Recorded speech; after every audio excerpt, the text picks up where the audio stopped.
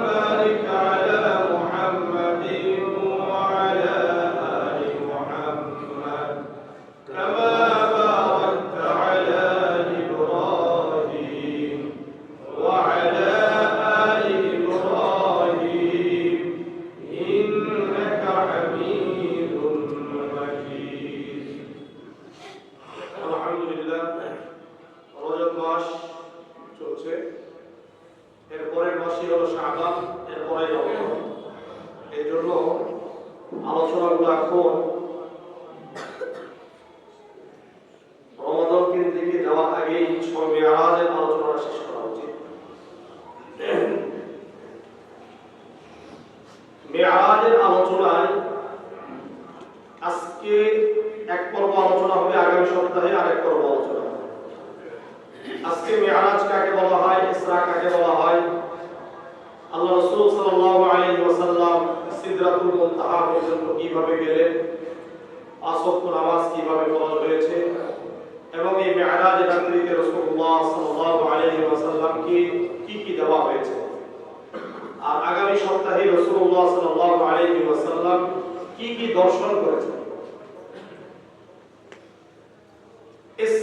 এই রাতে দুটি ঘটনা ঘটেছে এক নম্বর হলো ইসরা দ্বিতীয় নম্বর হলো মেরাজ এক নম্বর ইসরা দ্বিতীয় নম্বর মেরাজ ইসরা বলা হয় ওয়াসাইরু লাইলাতাল উসরিয়া বিরাসূলিল্লাহ সাল্লাল্লাহু আলাইহি ওয়াসাল্লাম মিনাল মাসজিদিল হারাম ইলাল মাসজিদিল আকসা মা জিবরিল আলাইহিস সালাতু ওয়াস সালাম আলাল বুরাক কোন একটি রাত্রিতে রাসূলুল্লাহ সাল্লাল্লাহু আলাইহি ওয়াসাল্লামকে মসজিদে হারাম থেকে মসজিদে আকসাতে জিবরিল আলাইহিস সালাতু ওয়াস সালাম বুরাকে করে সফর করিয়েছিলেন এর নাম হলো ইসরা এর নাম কি ইসরা আবার বুঝে মসজিদে হারাম থেকে মানে মক্কা কাবা থেকে কোন এক রাত্রিতে স্পষ্ট না কোন রাত্রি আমরা 27 রাত্রি বলি রজবের এরকম কোন রাত্রি কি নয় নির্ধারিত হাদিস দ্বারা নয় যারা বলে এগুলো নিজের থেকে বলে কোন হাদিস দিয়ে প্রমাণ করতে পারে কোন এক রাত্রিতে মসজিদে হারাম থেকে মসজিদে আকসা পর্যন্ত জিবরিল আলাইহিস সালাতু ওয়াস সালাম সঙ্গে ছিলেন কিন্তু রাসূল করিম সাল্লাল্লাহু আলাইহি ওয়াসাল্লাম কোথায় ছিলেন বুরাকে আরোহিত অবস্থায় আরোহণ করেছিলেন মসজিদে হারাম থেকে কোথায় মসজিদে আকসা মসজিদে আকসা মানে বাইতুল মাকদিস এর নাম কি না এর নাম কি ইসরা আল মি'রাজ বলা হয় ওয়া ইসআদুহু সাল্লাল্লাহু আলাইহি ওয়াসাল্লাম মিন আল মাসজিদিল আকসা অথবা মিন বাইতুল মাকদিস থেকে ইলা সামাওয়াতিস সাবঈ ওয়া মা ফাওকাস সাবঈ সাত আসমানের উপরে এরও উপরে হাইযু ফুরজাতিস সালাতুল খামস যে আল্লাহ রাব্বুল আলামিন রাসূলুল্লাহর উপরে পাঁচ ওয়াক্ত নামাজকে ফরজ করেছেন তার উম্মতের জন্য বুঝাচ্ছে তাহলে ইসরা বলা হয় মসজিদে হারাম থেকে মসজিদে আকসা পর্যন্ত যে সফর মি'রাজ বলা হয় মসজিদে আকসা বাইতুল মাকদিস থেকে ঊর্ধ্বগমন সাত আসমান এবং সাত আসমানেরও উপরে সিদরাতুল মুনতাহা এরও উপরে মনে থাকবে বিষয়টা ইনশাআল্লাহ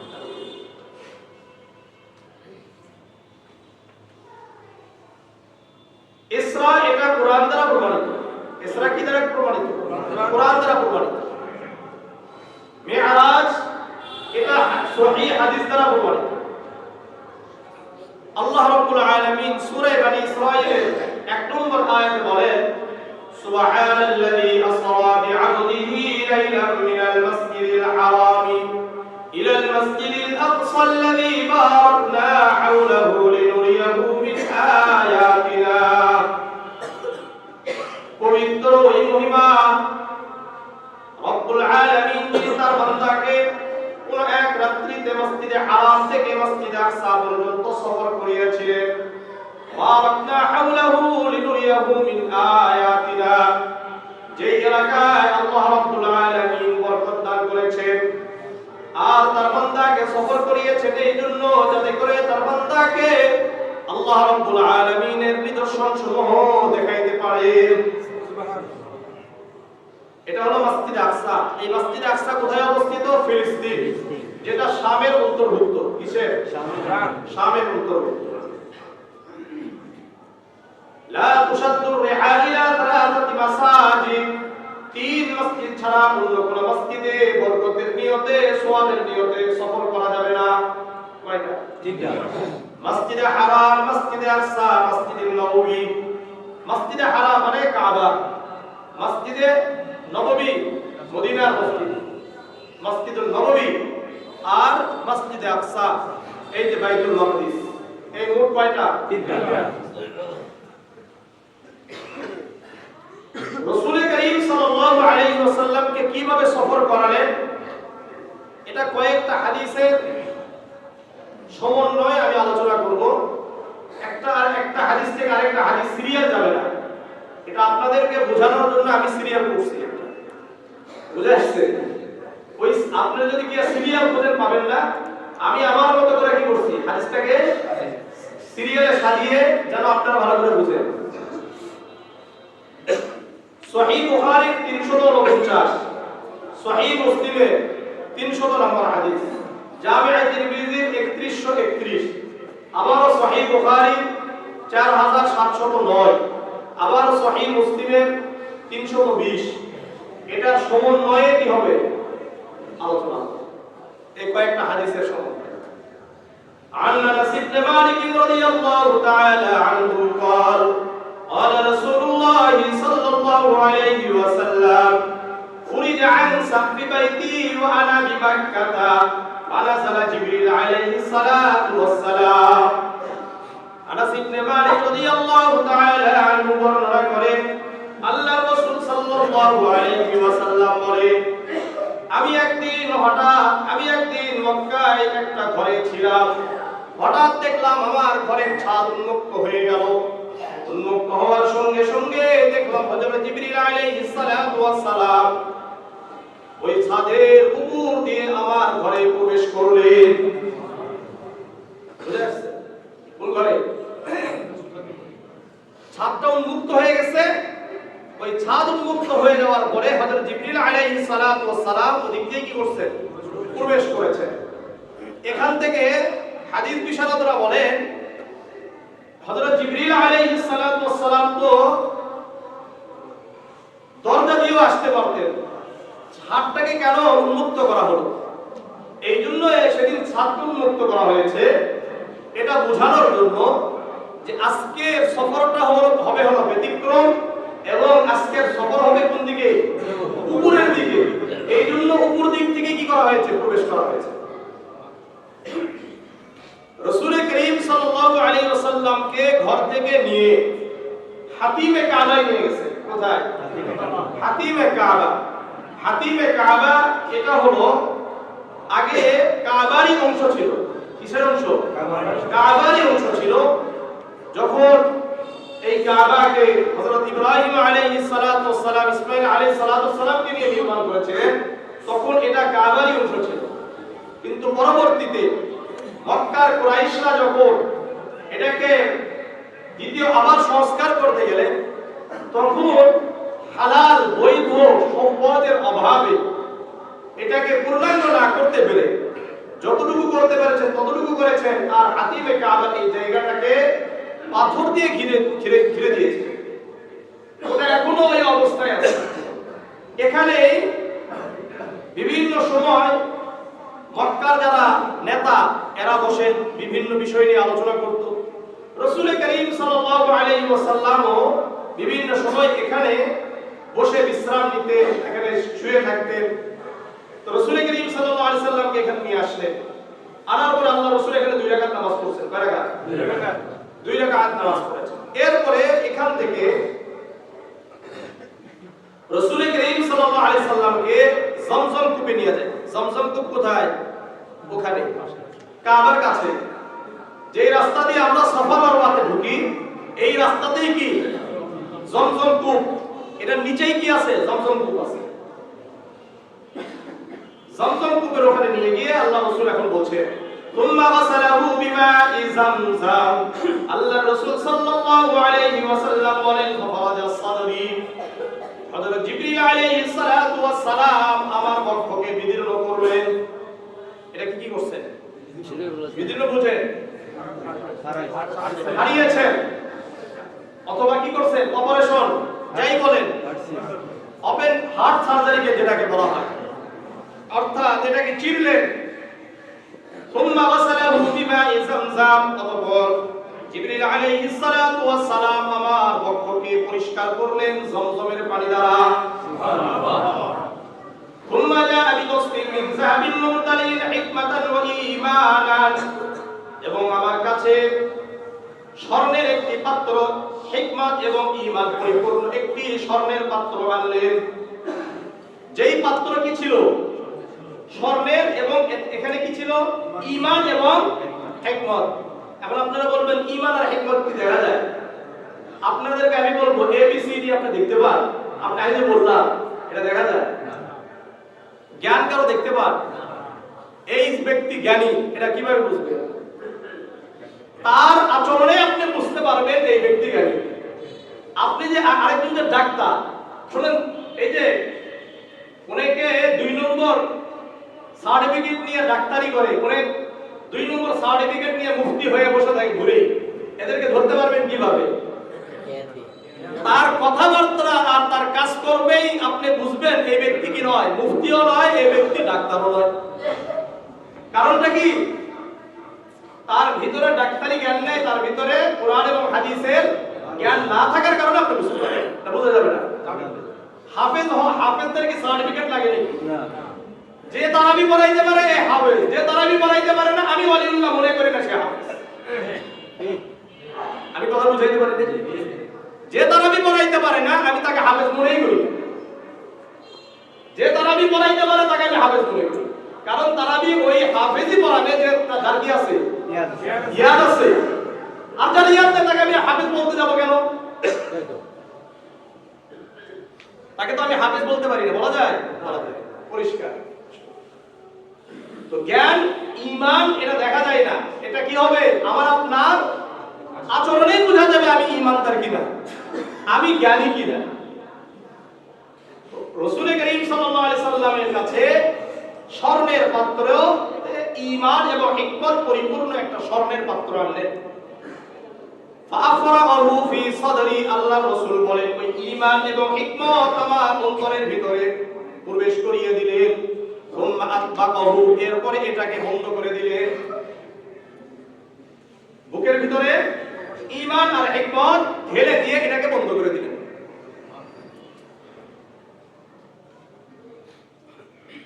এখন রাসূল করিম সাল্লাল্লাহু আলাইহি সাল্লাম বলেন এরপরে কি হলো?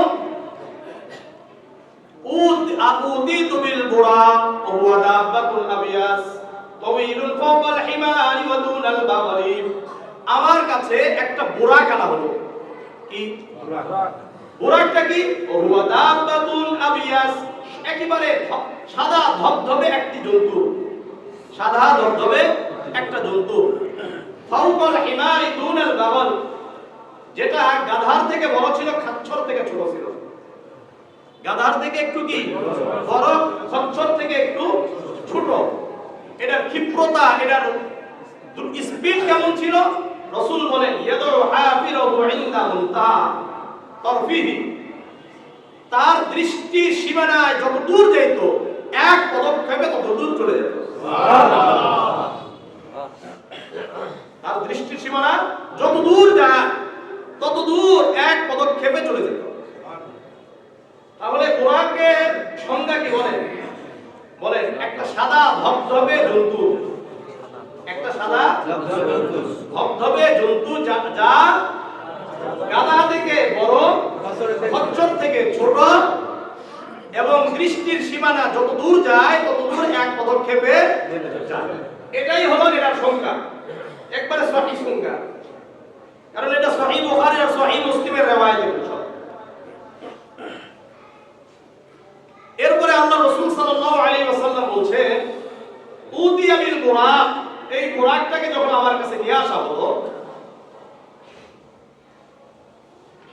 মুলজামান মুসারজান, জিমপুশ আটানো এবং লাগাম লাগানো ছিল। ফাস্তাসাবা আলাইহি,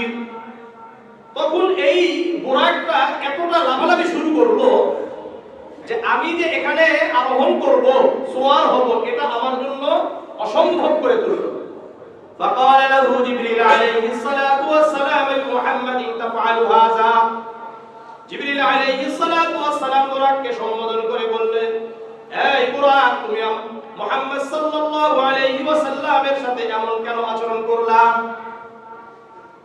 ফামা রাকিবাকা আহাদুন আকরামু আলা আল্লাহি মিনহু।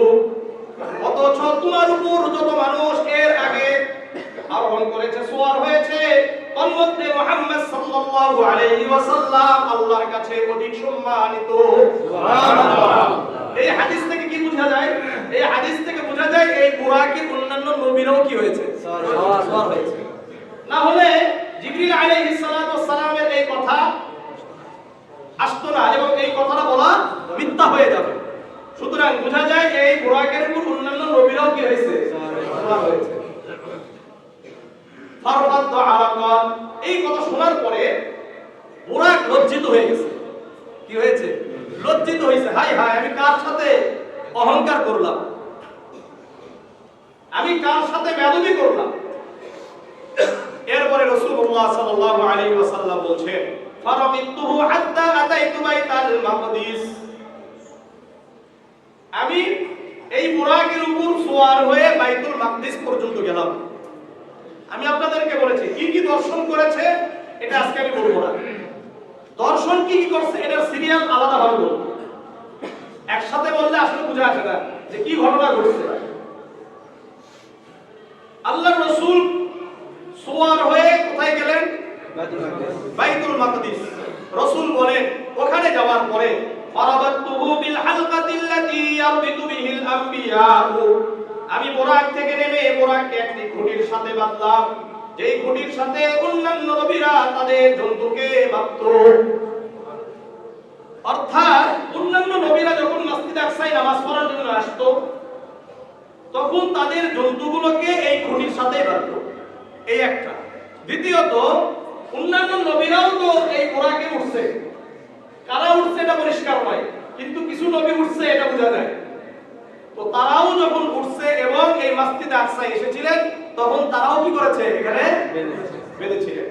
এখান থেকে উলামায়ে কেরামরা আরেকটি মাসআলা বের করেন, সেটা হলো যে কোনো মসজিদের সাথে গ্যারেজ থাকতে হবে। কি থাকতে হবে? গ্যারেজ। এবং ওখানে বাহনগুলোকে রাখার জন্য জায়গা থাকতে হবে। গ্যারেজ কি? পার্কিং এর জায়গা থাকতে হবে। মানুষ বিভিন্ন দূর থেকে আসতে পারে না মসজিদে, এসে কোথায় রাখবে? ওই গ্যারেজে রাখবে। গ্যারেজে রাখবে। দ্বিতীয় নাম্বার বোঝা যায় যে দেখেন বুরাক এটা কার হুকুমে আসছে? কার সাথে আসছে? জিবরিল আলাইহিস সালাতু ওয়াস সালামের সাথে, মুহাম্মদ সাল্লাল্লাহু আলাইহি ওয়াসাল্লামের সাথে। এরপরেও এই বুরাককে বাধার দরকার কি? এটা বোঝানোর জন্য যে আপনি আপনার বাহনের নিরাপত্তার দায়িত্ব আপনার, আপনাকেই চাবি দিয়ে ভালো একটা জায়গায়, সেফটি একটা জায়গা আপনাকে রাখতে হবে। এরপরে তাওয়াক্কুল করতে হবে কার উপরে? আল্লাহর উপরে। আমি কথাটা বুঝাইতে পারছি? এই হাদিসগুলো খালি মেরাজের ঘটনা শুনে চলে গেলেন, মাসলা বুঝলেন না, আর এখান থেকে কোনো শিক্ষা গ্রহণ করলেন না, লাভ নেই। কথাটা বুঝছেন? তাহলে এক নম্বর মসজিদে কি থাকতে হবে? দ্বিতীয় নম্বর, আপনার জিনিসপত্র, আপনার আসবাবপত্র, আপনার যা কিছু আছে এটার নিরাপত্তার দায়িত্ব কার? আপনার। আপনাকেই এটা কি করতে হবে? নিরাপদে রেখে এটার দায়িত্ব আদায় করার পরে কার উপর ভরসা করতে হবে? আল্লাহর উপর। ফাদাখালতুল মসজিদা, বুরাককে বেঁধে আল্লাহর রাসূল মসজিদে আকসার ভিতরে ঢুকলেন। ফাসাল্লাইতু বিহি রাকাতাইন, আল্লাহর রাসূল 2 রাকাত সালাত আদায় করলেন। হাদিসের মধ্যে নবীদের সাথে যে সালাত আদায় করেছেন এটা স্পষ্ট না। সিরাতের কিতাবগুলোর মধ্যে এটা স্পষ্ট আছে যে আল্লাহর রাসূল যখন মসজিদ আকসার ভিতরে ঢুকলেন, ঢুকে দেখলেন সকল নবী এবং রাসূলরা অপেক্ষা করছিলেন। আল্লাহর রাসূল গেলেন, জিবরিল আলাইহিস সালাতু ওয়াস সালাম আল্লাহর রাসূলকে ইশারা করলেন যে আপনি নামাজ পড়ান। আল্লাহর রাসূল 2 রাকাত নামাজ পড়ালেন। যেহেতু আল্লাহর রাসূল সকল নবী এবং রাসূলদের ইমামতি করলেন, এই জন্য আল্লাহর রাসূলকে ইমামুল মুরসালিন বলা হয়। সুবহানাল্লাহ। আল্লাহর রাসূল নামাজ শেষ করলেন, ফা খারাজতু, আল্লাহর রাসূল বলেন মসজিদ আকসা থেকে বের হলাম, ফাজাআনি জিবরিল আলাইহিস সালাতু ওয়াস সালাম বিইনাইন মিন খামারিন ওয়া লাবানিন। আল্লাহর রাসূল বলেন জিবরিল আলাইহিস সালাতু ওয়াস সালাম আমার কাছে মদের এবং দুধের দুটি পাত্র নিয়ে আসলেন। ফাখতারতুল লাবানা, আমি দুধের পাত্র গ্রহণ করলাম এবং পান করলাম। জিবরিল আলাইহিস সালাতু ওয়াস সালাম বললেন ইখতারাতাল ফিতরাতা, আপনি তো আপনার স্বভাবকে গ্রহণ করেছেন, হেদায়েতকে গ্রহণ করেছেন। সুবহানাল্লাহ। এটাকে আরো পরিষ্কার ভাবে সহিহ বুখারীর 4709 নম্বর হাদিসে আবু হুরায়রা রাদিয়াল্লাহু তাআলা আনহু বলেন, উদিয়া রাসূলুল্লাহ সাল্লাল্লাহু আলাইহি ওয়াসাল্লাম লাইলাতান উসরিয়া বিহি বিইলিয়া বিকদহাইন মিন লাবানিন ওয়া খামারিন। আল্লাহর রাসূল সাল্লাল্লাহু আলাইহি ওয়াসাল্লাম কে মিরাজের রাত্রি যখন সফর করালেন, বাইতুল মাকদিসের এখানে আল্লাহর রাসূলের কাছে দুটি পাত্র আনা হলো, একটি পাত্রে দুধ ছিল আর একটি পাত্রে মদ ছিল। আল্লাহর রাসূল বলেন লাউ আখারাল লাবানা, আল্লাহর রাসূল দুধ গ্রহণ করলেন এবং পান করলেন। فقال له جبريل عليه الصلاه والسلام الحمد لله الذي هداك للفطره। আল্লাহর রাসূলকে জিবরিল আলাইহিস সালাতু ওয়াস সালাম বললেন প্রশংসা ওই আল্লাহর জন্য যিনি আপনাকে হেদায়েতের পথ দেখিয়েছেন। সুবহানাল্লাহ। লাউ আফাস্তাল খামারা, যদি আপনি মদ পান করতেন, মদকে গ্রহণ করতেন, আওয়াত উম্মাতুকা, আপনার পুরো উম্মত ধ্বংস হয়ে যেত, আপনার পুরো উম্মত পথভ্রষ্ট হয়ে জাহান্নামী হয়ে যেত। এখানে এই কথাগুলো শেষ। এখন ওঠা শুরু কোথায়? ঊর্ধ্বতম। এই পর্যন্ত ইসরার এই ইয়াটা কি শেষ হয়ে গেল। এখন যাবে কোথায়? মিরাজ। আল্লাহর রাসূল বলেন তুম্মা আরাজা বিনা ইলাস সামাই, জিবরিল আলাইহিস সালাতু ওয়াস সালাম আমাকে নিয়ে আসমানে উঠতে শুরু করলেন। প্রথম আসমানের কাছে যাওয়ার পরে ফাস্তাফতাহ জিবরিল আলাইহিস সালাতু ওয়াস সালাম, জিবরিল আলাইহিস সালাতু ওয়াস সালাম বললেন আমরা আসছি, আমাদের জন্য দরজা খুলে দেওয়া হোক। কিলা মান আনতা, প্রথম আসমানের যারা দারওয়ান ছিলেন, প্রথম আসমানের যারা দায়িত্বে ছিলেন, তারা বললেন আপনি কে? ক্বালা জিবরিল, জিবরিল আলাইহিস সালাতু ওয়াস সালাম বললেন আমি জিবরিল। কিলা মান মাআকা, জিবরিল আলাইহিস সালাতু ওয়াস সালাম কে বললেন আপনার সাথে উনি কে? ক্বালা মুহাম্মদ, জিবরিল আলাইহিস সালাতু ওয়াস সালাম বললেন উনি মুহাম্মদ। আবার জিজ্ঞাসা করা হলো কিলা কদ বুইসা ইলাইহি, তাকে কি এখানে আনতে বলা হয়েছে? কিলা বুইসা ইলাইহি, ক্বালা কদ বুইসা ইলাইহি, জিবরিল আলাইহিস সালাতু ওয়াস সালাম বললেন হ্যাঁ, আল্লাহ রাব্বুল আলামিন আমাকে আদেশ করেছেন তাকে নিয়ে আসতে। দেখেন ভালো করে বুঝেন বিষয়টা। আপনাদের কাছে আমার প্রশ্ন, জিবরিল আলাইহিস সালাতু ওয়াস সালাম কে? ফেরেশতারা চিনে না? জি। আবার জিজ্ঞাসা করব, ফেরেশতারা কি মুহাম্মদ সাল্লাল্লাহু আলাইহি সাল্লামকে চিনে না? চিনে। আবার জিজ্ঞাসা করব কেন? এরপর আবার কেন জিজ্ঞাসা করলো? ওনাকে কি এখানে আনতে বলা হয়েছে কিনা, ওনার অনুমতি আছে কিনা উপরে? কারণ উনি তো এই এলাকার না। উনি কি এই এলাকার না, উনি তো জমিনের। এই প্রশ্নগুলো কেন করা হলো? এটা বোঝানোর জন্য যে যেখানে আপনি যাবেন এবং যেখানে যে যার যে দায়িত্ব, এই দায়িত্ব যেভাবে থাকে তারা ওই দায়িত্বটা ওইভাবে পালন করবে। আপনি যত বড়ই কিছু হয়ে যান না কেন, আপনাকে জিজ্ঞাসা করতেই পারে হু আর ইউ, আপনাকে আপনার পরিচয় কি, এটা জিজ্ঞাসা করবে না? এরপর আপনার সাথে উনি কে, এই অফিসে তার অনুমতি আছে কিনা? পূর্বে সে আপনাদের বিভিন্ন কোম্পানিগুলোতে কি থাকে, একটা সিকিউরিটি গার্ড আছে, তারপরে আইডি কার্ড থাকে। যারা বাহির থেকে যায় তাদেরকে কি দেওয়া হয়? আইডি কার্ড দেওয়া হয়। এগুলো নিয়ম। এই নিয়ম ছাড়া আপনি যত বড়ই কিছু হন না কেন, আপনি ওখানে যাওয়াটা কি হবে না, উচিত হবে না, এবং তাদেরও ছাড়া উচিত হবে না। বসের কেউ আসলো আর যাই আসলো নাকি, ছেলে গেলেও কি একই সিস্টেম। এটাই হলো নিয়ম। এটা বোঝানোর জন্য এই প্রশ্নগুলো করা হয়েছে। উত্তর হয়ে গেছে ফাফুতিহা লানা, আসমানের দরজা খুলে গেছে। ফাইদা আনা বিআদম আলাইহিস সালাতু ওয়াস সালাম, প্রথম আসমান ওঠার পরে দেখলাম আদম আলাইহিস সালাতু ওয়াস সালাম, আমি তো চিনি নাই। ফারাহাবা বি ওয়া দাআলি বিখাইরিন, আদম আলাইহিস সালাতু ওয়াস সালাম আমাকে স্বাগত জানালেন এবং আমার জন্য বরকতের দোয়া করলেন। সুবহানাল্লাহ, স্বাগত জানিয়েছেন, বরকতের দোয়া করেছেন। এখন আমি জিবরিল আলাইহিস সালাতু ওয়াস সালামকে বললাম, মান হাযা, ইনি কে? তখন জিবরিল আলাইহিস সালাতু ওয়াস সালাম বললেন, হাদা আদম, ইনি আদম আলাইহিস সালাতু ওয়াস সালাম। ওয়া আবুকা, ইনি আপনার পিতা। ওয়া হাদিহিল আসবিদাতুল্লাতী আন ইয়ামিনিহি ওয়া শিমালিহি নাসাবু বানিহি, আল্লাহর রাসূল বলেন তার ডান দিকে আর বাম দিকে কিছু মানুষের আকৃতি দেখলাম। কি দেখলাম? মানুষের কিছু আকৃতি দেখলাম। ওয়াল আসবিদাতুল্লাতী আন ইয়ামিনিহি আহলুল ইয়ামিনি আহলুল জান্নাহ, আল্লাহর রাসূল সাল্লাল্লাহু আলাইহি ওয়াসাল্লামকে জিবরিল আলাইহিস সালাতু ওয়াস সালাম জানিয়ে দিলেন তার ডান পাশে যারা আছে এরা ডানপন্থী, আর ডানপন্থী হওয়ার কারণে এরা জান্নাতি। ওয়াল আসবিদাতুল্লাতী আন শিমালিহি আহলুন নার, আদম আলাইহিস সালাতু ওয়াস সালামের যারা বামে আছে এরা বামপন্থী, আর বামপন্থী হলো আহলুন নার, এরা জাহান্নামী। প্রথম আসমানের ঘটনা কিন্তু ডানপন্থী আর বামপন্থী এরা বাংলাদেশের হয়, এগুলো বাংলাদেশের কাহিনী না, এটা কোন জায়গার কাহিনী? প্রথম আসমানের কাহিনী। জিবরিল আলাইহিস সালাতু ওয়াস সালাম বলছেন ডানপন্থীরা হলো জান্নাতি আর বামপন্থীরা জাহান্নামী। ফাইদা নাযারা আন ইয়ামিনিহি যাহিকা, আদম আলাইহিস সালাতু ওয়াস সালাম যখন ডান দিকের দিকে তার সন্তানদের দিকে তাকায় তখন হাসেন।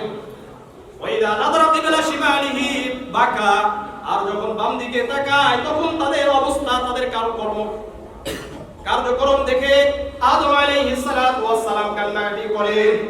ডান দিকে যারা আছে তারা তো হলো জান্নাতি, যেহেতু তাদের কাজ ভালো, এই জন্য আদম আলাইহিস সালাতু ওয়াস সালাম তাদের দিকে খুশি।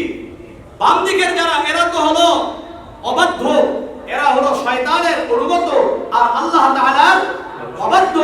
এই কারণে হযরত আদম আলাইহিস সালাতু ওয়াস সালাম তাদের দিকে তাকিয়ে কান্নাকাটি করছেন। তাহলে ডানপন্থী হবেন না বামপন্থী হবেন? কারা কারা ডানপন্থী হতে চান? ইনশাআল্লাহ, সবাই ইনশাআল্লাহ। আল্লাহ আমাদেরকে ডানপন্থী হিসাবে কবুল করুন, আমিন। বামপন্থী থেকে আল্লাহ আমাদেরকে হেফাজত করুন, আমিন। যারা ইসলামকে প্রতিষ্ঠা করতে চায় এরা হলো ডানপন্থী, যারা ইসলামকে প্রতিষ্ঠা করতে চায় না এরা হলো বামপন্থী। খালি মুখে বলতে হবে না, ঠিক নামাজ পড়লে ইসলাম হয়ে যায় না। আপনার ব্যক্তিগত জীবন থেকে রাষ্ট্রীয় জীবনের সব জায়গায় ইসলাম চাওয়ার অর্থ এবং এটার প্রতিষ্ঠার জন্য চেষ্টা করার অর্থ হলো আপনি মূলত ইসলাম চান, না হলে এটা এমনি মিথ্যা, মানে মুখে মুখে বলতে তো হবে না। আল্লাহ বোঝার তৌফিক, আমিন। প্রথম আসমানের কাহিনী শেষ। সুম্মা আরাজা বিনা ইলাস সামাইস সানিয়াতি, আল্লাহর রাসূল বলেন আমাকে দ্বিতীয় আসমানে নিয়ে যাওয়া হলো। ফাস্তাফতাহ জিবরিল আলাইহিস সালাতু ওয়াস সালাম, এখানে দিও জিবরিল আলাইহিস সালাতু ওয়াস সালাম বললেন খোলেন আমাদের জন্য। এখানেও জিজ্ঞাসা করা হয়েছে ইলামান আনতা, আপনি কে? আলা জিবরিল আলাইহিস সালাতু ওয়াস সালাম বললেন আমি জিবরিল। ইলামান মাক, আপনার সাথে উনি কে? জিবরিল আলাইহিস সালাতু ওয়াস সালাম বললেন উনি মুহাম্মদ। এই লাকাদ বুইসা ইলাইহি, তাকে কে এখানে আনা বলা হয়েছে, তার এখানে আসার কি অনুমতি আছে? লাকাদ বুইসা ইলাইহি, জিবরিল আলাইহিস সালাতু ওয়াস সালাম বললেন আল্লাহ রাব্বুল আলামিন তাকে উপরে আসতে বলেছেন। ফাফুতিহা লানা, দ্বিতীয় আসমান খুলে গেছে। ফাইদা আনা বিঈসা ইবনে মারইয়াম ওয়া ইয়াহইয়া ইবনে যাকারিয়া আলাইহিমুস সালাতু ওয়াস সালাম, দ্বিতীয় আসমানে গিয়ে দেখেন ঈসা আলাইহিস সালাতু ওয়াস সালাম আর ইয়াহইয়া ইবনে যাকারিয়া আলাইহিস সালাতু ওয়াস সালাম। কয়জন? দুইজন। ঈসা আলাইহিস সালাতু ওয়াস সালাম এবং ইয়াহইয়া ইবনে যাকারিয়া এই দুইজনের সম্পর্ক হলো খালাতো ভাই। কি ভাই? খালাতো ভাই। তাদের সাথে সাক্ষাৎ হলো, তাদের সাথে সালাম বিনিময় হয়েছে। কুশল বিনিময় হওয়ার পরে ফাদাআ ওয়ালি বিখাইরি, তারা উভয়ে আমার জন্য বরকতের দোয়া করেছে। এখান থেকে একটা বিষয় হলো যখনই আপনার সাথে কারো সাক্ষাৎ হবে তার জন্য কিসের দোয়া করা? বরকতের দোয়া করা।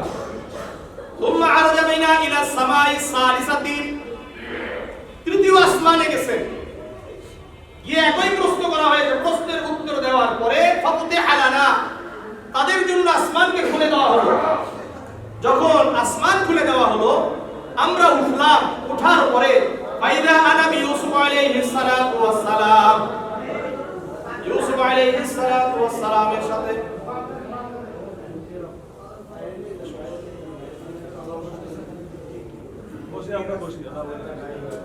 ওদিকে আপনারা সবাই তো ওখানে যেতে পারবেন না,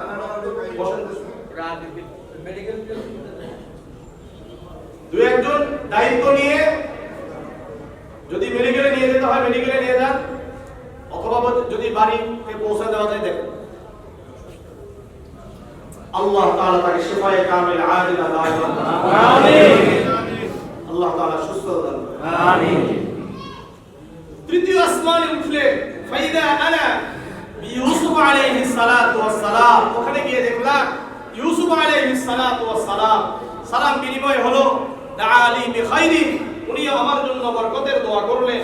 উনি বললেন ইদা ওয়া কাদ উতিয়া শাতরাল হুসনি, আল্লাহ রাব্বুল আলামিন হযরত ইউসুফ আলাইহিস সালাতু ওয়াস সালামকে দুনিয়ার সৌন্দর্যের অর্ধেক সৌন্দর্যই তাকে দান করেছেন। সুবহানাল্লাহ, অর্ধেক সৌন্দর্য কাকে দান করেছেন?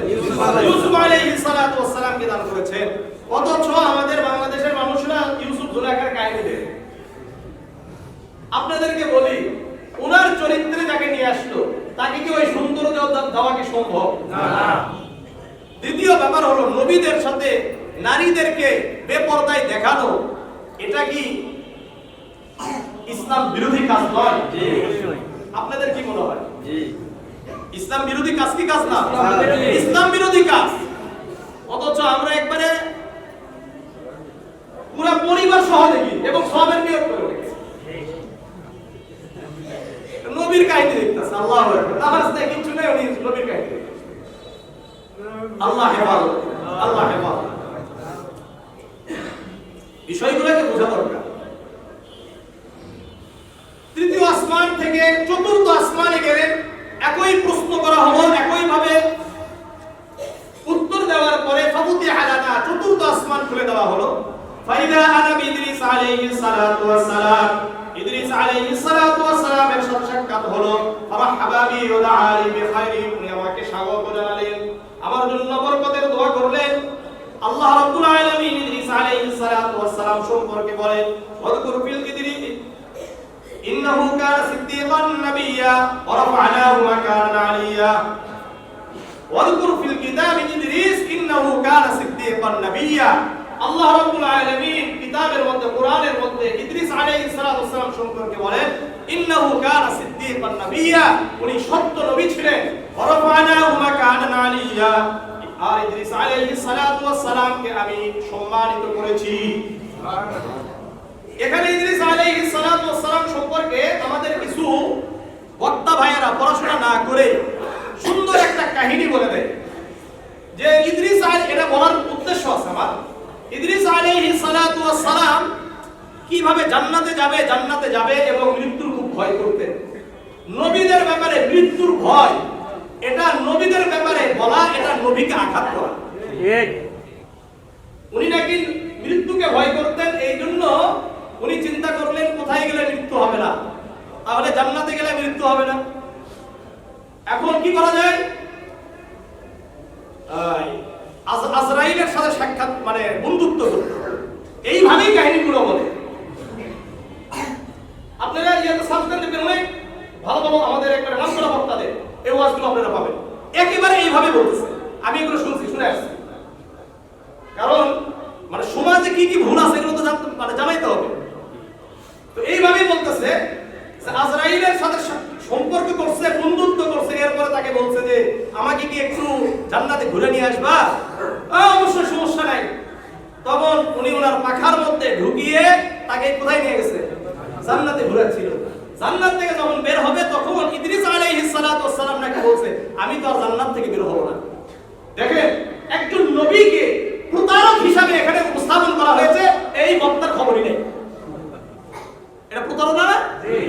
কারণ উনি ওনার সাথে কথা দিয়ে গেছে কি ঘুরে চলে আসবে, ওখানে যাওয়ার পরে বলতেছে যে আমি আর যাবো না। এটা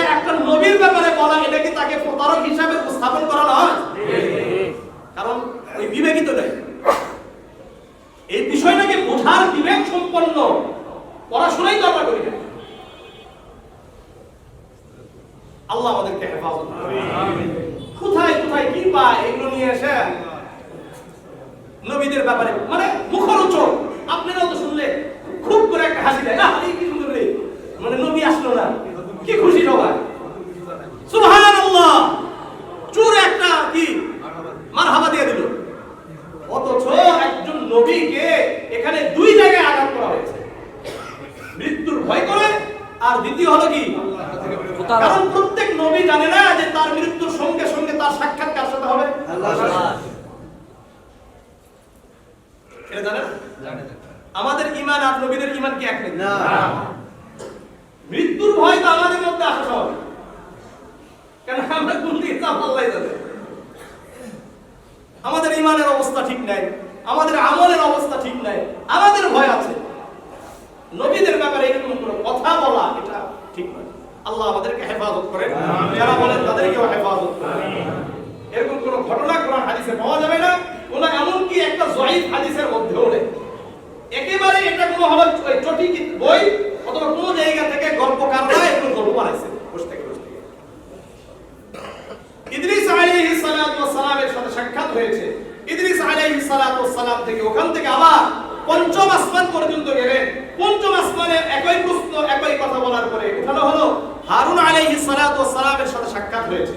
হারুন আলাইহিস সালাতু ওয়াস সালামের সাথে কুশল বিনিময়ের পরে ষষ্ঠ আসমানে গেছেন। ষষ্ঠ আসমানে হযরত মূসা আলাইহিস সালাতু ওয়াস সালামের সাথে সাক্ষাৎ হয়েছে।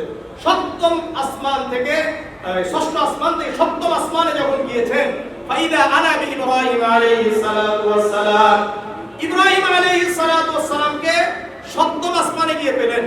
মুসনিদান ওয়ারহু ইলাল বাইতুল মামুর, ওখানে গিয়ে দেখলেন হযরত ইব্রাহিম আলাইহিস সালাতু ওয়াস সালাম বাইতুল মামুরে টেক লাগিয়ে বসে আছেন।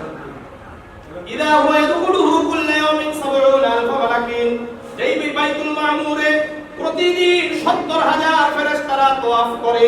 সুবহানাল্লাহ, লা ইয়াউদুনা ইলাইহি, যারা একবার তওয়াফ করে আর কখনো ফিরে আসতে পারবে না। চিন্তা করে কত মিলিয়ন মিলিয়ন ফেরেশতা আল্লাহ তাআলার কাছে আছে।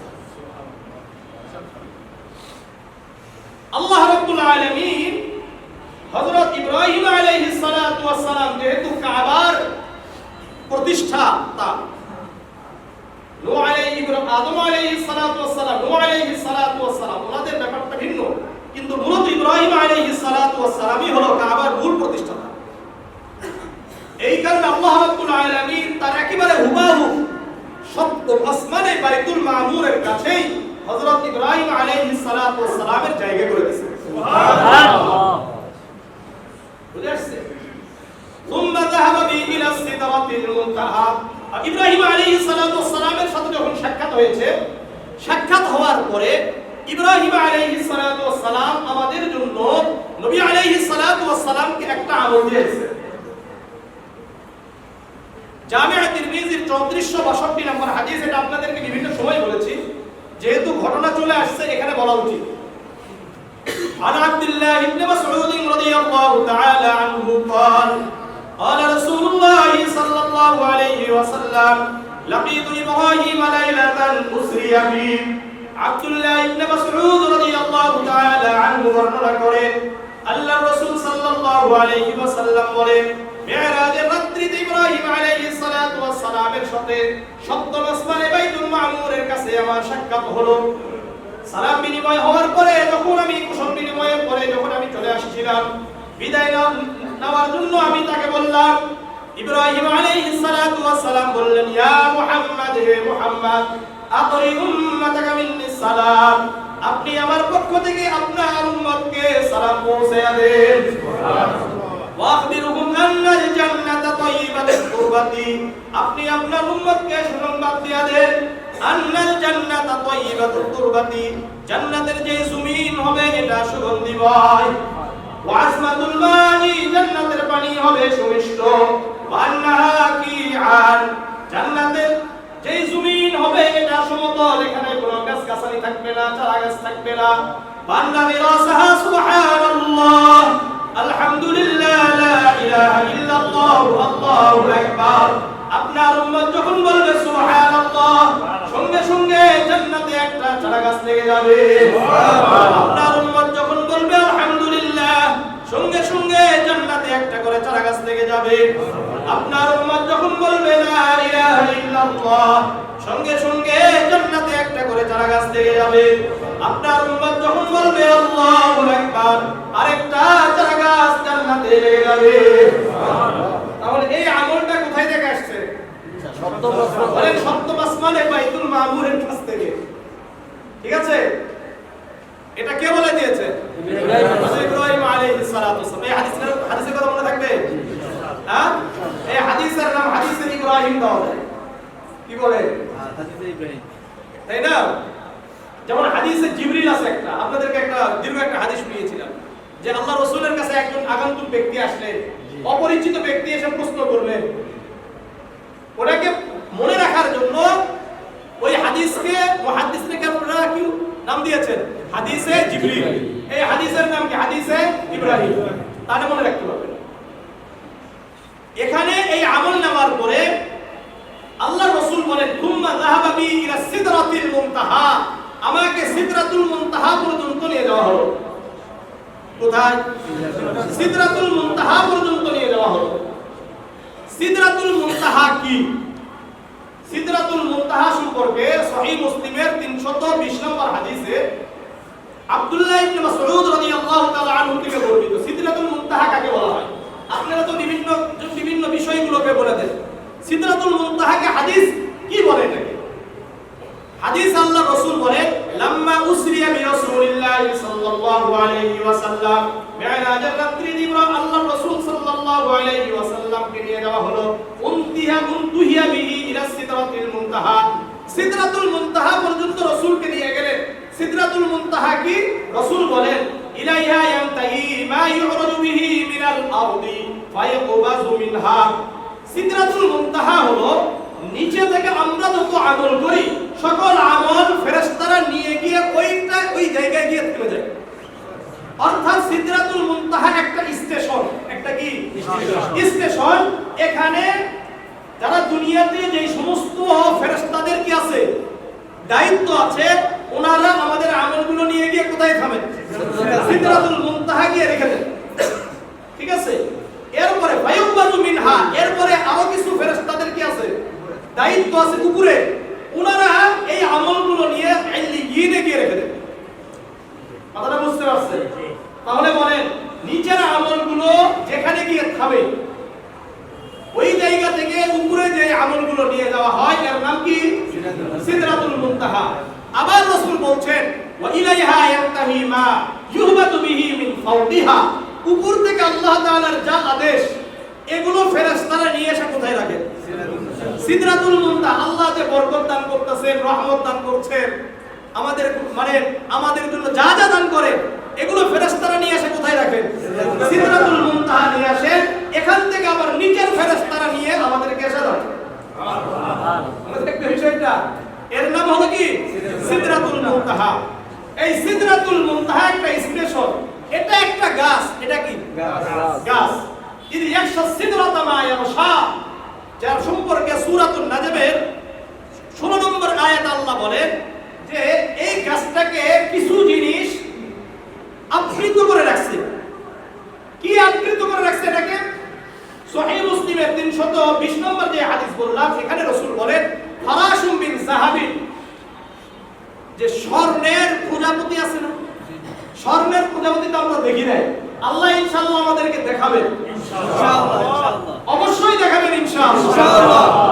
ফারাশুম বিন যাহাবিন, রাসূল বলেন ওই পুরো গাছটাকে স্বর্ণের প্রজাপতিরা ঢেকে রাখছে। সুবহানাল্লাহ। রাসূল বলেন ফামা আহাদুম মিন খালকিল্লাহ ইস্তাতিউ আন ইয়ানআতাহা মিন হুসনিহা, আল্লাহর কোন মাখলুকে এটা সৌন্দর্য বর্ণনা করার ক্ষমতা নাই। সুবহানাল্লাহ। এটা যে কত সুন্দর এটা আসলে আমিও বর্ণনা করলাম না, অর্থাৎ এটাকে বর্ণনা করা যায় না। এত সুন্দর এই জায়গাটা। এই জায়গাতে গেলাম, এরপরে কোথায় গিয়েছেন এটা নিয়ে অনেক ইখতিলাফ আছে, এগুলো নিয়ে আমরা যাব না। মূল যেই জায়গা হাদিসের মধ্যে যেভাবে বলেছেন সেভাবে বলি। ফাআওহাল্লাহু ইলা মা আওহা, এই সিদরাতুল মুনতাহা থেকে উপরে গেলাম, তখন আল্লাহ রাব্বুল আলামিন আমার উপর ওহী করলেন যা ওহী করার দরকার ফাফারাযা আলাইয়া 50 সালাতান ফি কুল্লি ইয়াউমিন ওয়া লাইলাতিন আল্লাহ রাব্বুল আলামিন আমার উপর আমার উম্মতের জন্য 50 ওয়াক্ত নামাজকে ফরজ করলেন কত ওয়াক্ত 50 ওয়াক্ত নামাজকে ফরজ করলেন এই 50 ওয়াক্ত নিয়ে তো আমি মানে আনন্দে আত্মহারা আল্লাহ আমাকে এত নামাজ দিয়েছে আমার উম্মতের জন্য ফানাসালতু ইলা মুসা ষষ্ঠ আসমানে আসছে সপ্তম আসমানে কোনো কথা হয় নাই ষষ্ঠ আসমানে যখন মুসা আলাইহিস সালাতু ওয়াস সালামের কাছে আসছে আসে এবং মুসা আলাইহিস সালাতু ওয়াস সালাম বলছে মা ফারাদা রাব্বুকা আলা উম্মতি আপনার রব আপনার উম্মতের জন্য কি ফরজ করবেন রাসূল বলেন 50 সালাতান আল্লাহ রাব্বুল আলামিন আমার উম্মতের জন্য 50 ওয়াক্ত দিয়েছেন সুবহানাল্লাহ ব্যাপক খুশি মুসা আলাইহিস সালাতু ওয়াস সালাম বলেন ইরজি ইলা রাব্বিক আপনি আপনার রবের কাছে যান ফাসআলহু তাখফীফ কুমাই নিয়ে আসেন ফাইন্না উম্মাতাকা লা ইউতিকুনা যালিকা কেন আপনার উম্মত 50 ওয়াক্ত পড়তে পারবে না কত ওয়াক্ত মুসা আলাইহিস সালাতু ওয়াস সালাম ঠিক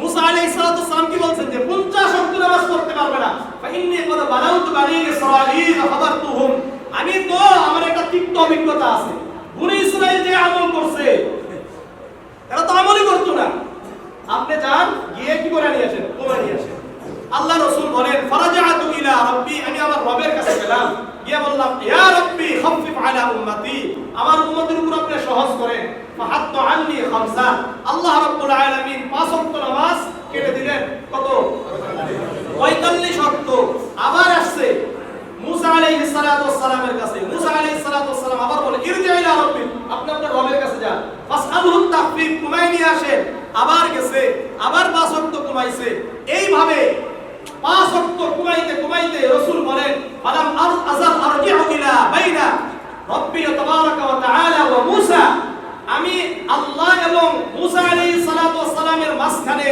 বারবার যাচ্ছিলাম বারবার ফিরে আসছিলাম প্রতিবার কয় ওয়াক্ত করে 5 ওয়াক্ত এই করতে আল্লাহ বললেন ইয়া মুহাম্মদ ইন্নাহুন্না খামসু সালাতিন ঠিক আছে তোমার উম্মতের জন্য আমি আল্লাহ 5 ওয়াক্ত নামাজ দিলাম লিকুল্লি সালাতিন আশারুন কিন্তু প্রতি ওয়াক্ত নামাজের জন্য আমি আল্লাহ 10 ওয়াক্ত নামাজের সওয়াব দান করব সুবহানাল্লাহ কয় ওয়াক্ত নামাজ 10 ওয়াক্ত নামাজের সওয়াব কারণ মা ইবাদদালুল কওলু লাদাইয়া সুন্নাতুল্লাহি আল্লাতী ক্বাদ খালাত মিন ক্বাবলু ওয়া লাম তাজিদ লিসুন্নাতিল্লাহি তাবদীলা আমি রবের কথা পরিবর্তন হয় না কারণ যেহেতু আমি কত ওয়াক্ত নামাজ ফরজ করেছিলাম 50 ওয়াক্ত সুতরাং 50 ওয়াক্ত নামাজের সওয়াব আমি আল্লাহ তোমার উম্মতকে দান করব সুবহানাল্লাহ এটা কি বিষয়টা তাহলে কত ওয়াক্ত নামাজ 50 ওয়াক্ত আমাদের জন্য কত 5 ওয়াক্ত এরপরেও মুসা আলাইহিস সালাতু ওয়াস সালাম বলেছিলেন ইরজি ইলা রাব্বি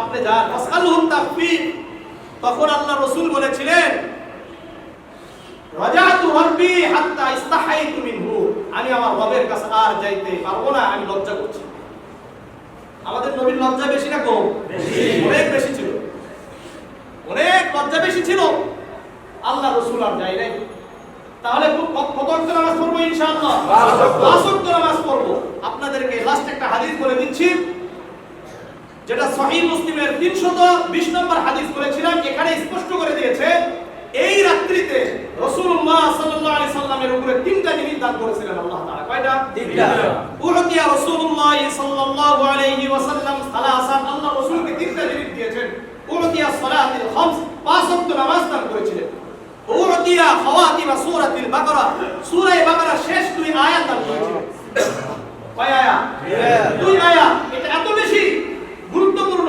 অথচ আমরা ঘুমানোর সময় শেষ দুই আয়াত পড়ি না صحيح بخاري 4008 نمبر حديث عن ابي مسعود البدري رضي الله تعالى عنه قال قال رسول الله صلى الله عليه وسلم الايتان من اخر سوره البقره رسول বলেন সূরা বাকারার শেষ দুই আয়াত আছে মান কারাহুমা ফি লাইলাতিন কাফাতাহু যে ব্যক্তি রাত্রিতে ঘুমানোর আগে এই দুই আয়াত পড়বে এই দুই আয়াত তার জন্য যথেষ্ট হয়ে যাবে সুবহানাল্লাহ কি হয়ে যাবে যথেষ্ট হয়ে যাবে সুতরাং আমরা ইনশাআল্লাহ চেষ্টা করব তো ইনশাআল্লাহ শেষ দুই আয়াত মানে আমানা রাসূলু বিমা উনজিলা ইলাইহি মির রাব্বিহি ওয়াল মুমিনুন, এখান থেকে শেষ পর্যন্ত আল্লাহর রাস্তে এগুলো কষ্ট করে মুখস্থ করবে, কমপক্ষে দেখে দেখে হলেও ঘুমানোর আগে পড়ে এরপরে ঘুমাবো ইনশাআল্লাহ। ইনশাআল্লাহ এটাই হলো মেরাজের মূল কাহিনী।